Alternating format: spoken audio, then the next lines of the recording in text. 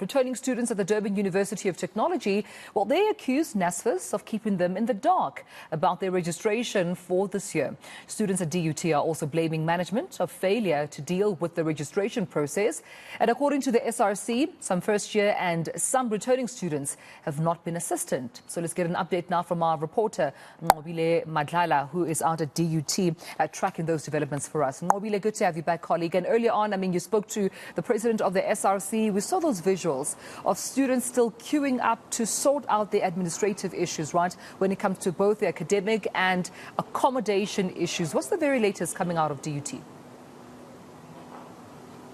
Well, I think at this point, as the students are continuing to go through that process, what's been happening, though, is that we do understand that there's going to be a meeting with SRC between the institution and SRC to sort of address those issues and sort of zoom in terms of what is going on. But now I want to bring in DUT to speak to us directly in terms of the issues that have been highlighted by SRC as well as leadership in university. I mean, Eileen, it's quite interesting to start a year like this for a lot of students that have come here hoping to start a year on a simple phase, and all of a sudden they've got a lot of financial issues. Tell us as DUT, what are you doing about it? Well, firstly, it's extremely disappointing. Today is meant to be the first day of our 2023 academic calendar. 98% of our first-time entering students have registered.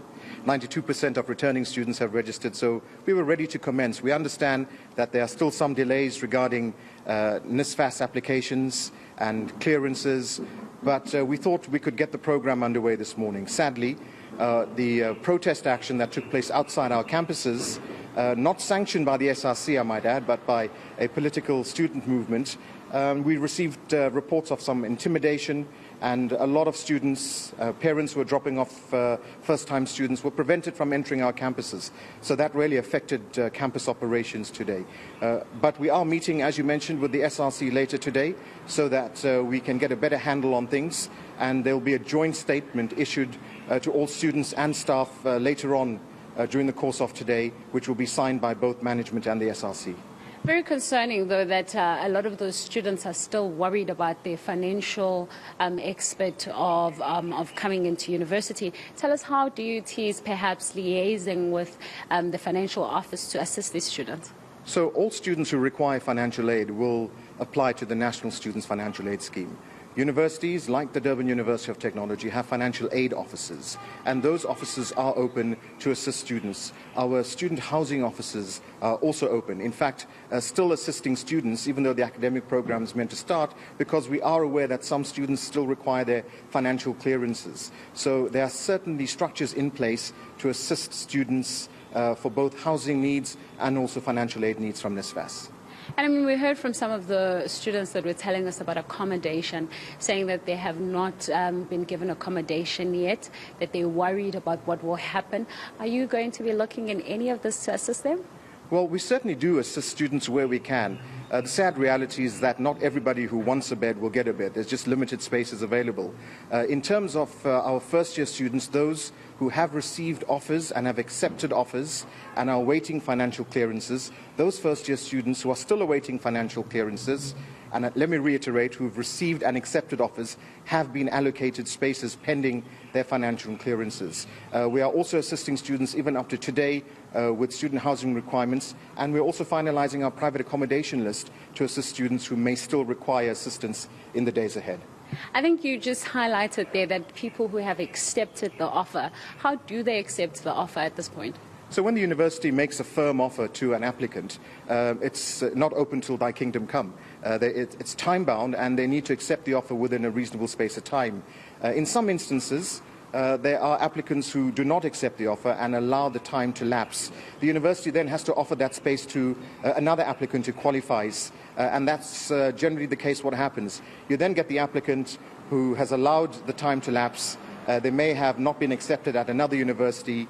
They'll come to DUT and they'll say, hey, you gave me an offer for a space in the program that I applied for, and it's too late. That time has moved on.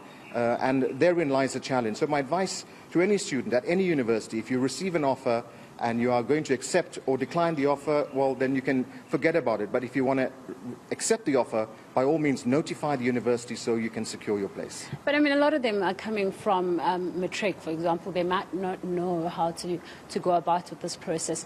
Do you think you have enough in place to assist them? Well, we certainly try as much as possible to assist students. At DUT, we have a student recruitment team. Last year, they visited over 700 high schools, speaking to grade 11 and grade 12 students to empower them with knowledge, not just on our programs that we offer, but on housing, on NSFAS, on the Central Applications Office, which is unique to KZN, where you can apply at one office to all 4 universities in the province. So we certainly try and provide as much assistance as we can, not just online, but even though we had online registration, you may have seen there are queues of students and their parents and guardians who are here who want assistance. So we help them in our computer labs to register online because we are well aware that they may have challenges to access technology and the internet. Lastly, what happens now, since we understand that there was this intimidation, as you have highlighted, that has happened, which means some students have had to go home? What happens now? Well, as I mentioned, there's going to be a meeting between the Student Representative Council and management. A joint statement will be issued. And we once again remind all students that the SRC is the legitimate student representative on our campus, and that's who we deal with. And once that joint statement gets issued, we'll base that on fact. So, I can't guess or preempt what's going to happen tomorrow, but I urge all our students and staff to keep their eye out on the official university email, because we are aware that sometimes on social media and other platforms, miscommunication does happen, which is sadly not in the best interest of all students and staff. But today, is there any classes? Well, at the moment, a number of classes were disrupted on all 7 of our campuses at the DUT, and we apologize to students and staff who were inconvenienced for that. And after today's meeting with the SRC and management, we'll be better placed to provide a factual response to you in a media statement as to what's going to happen from tomorrow onwards. Thank you very much for speaking to us. Well, Timla, you can hear there, so that means a way forward. We will only know in the afternoon what really happens after that SRC meeting. But we are hearing that there are also different factions into the people that have decided to stop the classes to commence. So we will hear more in terms of what is the way forward, because we heard from SRC as well, highlighting that there had been previous engagement with management talking about the issues that were highlighted. So if those issues will then be addressed and there will be a way forward for students perhaps to be here tomorrow morning, we'll find out later.